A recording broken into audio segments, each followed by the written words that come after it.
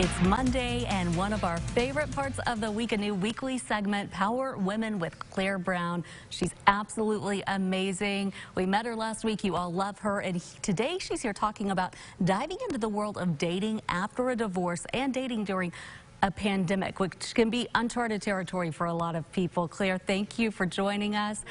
Talk about your book and how you're helping women navigate the dating world.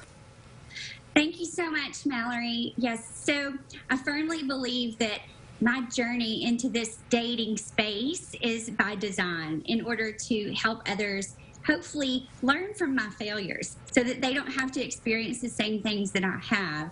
So like a good Southern girl, I met a boy in high school, got married before I could drink at my own wedding at age 20.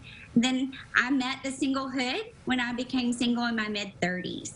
And now we don't have answering machines, and I didn't know how to swipe left or right, and it was all extremely new, and I didn't know the dating rules or how to know if he was just not that into me. And then I didn't really have a shift, if you will, until I was assaulted on a date. And then I was dating a man who asked me for a lot of money, and at that point my journaling took off. I became extremely curious, and what I learned in my research is I'm not alone.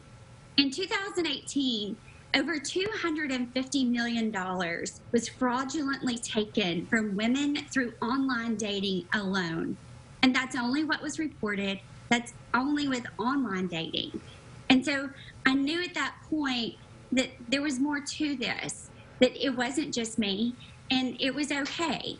And so I had to learn from my patterns, my mistakes, and then I had to talk about it because there were so many others. This women's platform was growing, and it was obvious that these were to go together. And so I've been a realtor for 20 years, as we've discussed, and it's through the Beverly Carter Foundation that we have learned how to stay safe by meeting people online. And I've now implemented those safety standards into the dating space as well, to hopefully now help other women through this book, through the podcast and the platform, to hopefully learn to not make the same mistakes that I have made and to keep women safe in this space as well. You have helped so many women. You have made such an impact through your book, through your podcast.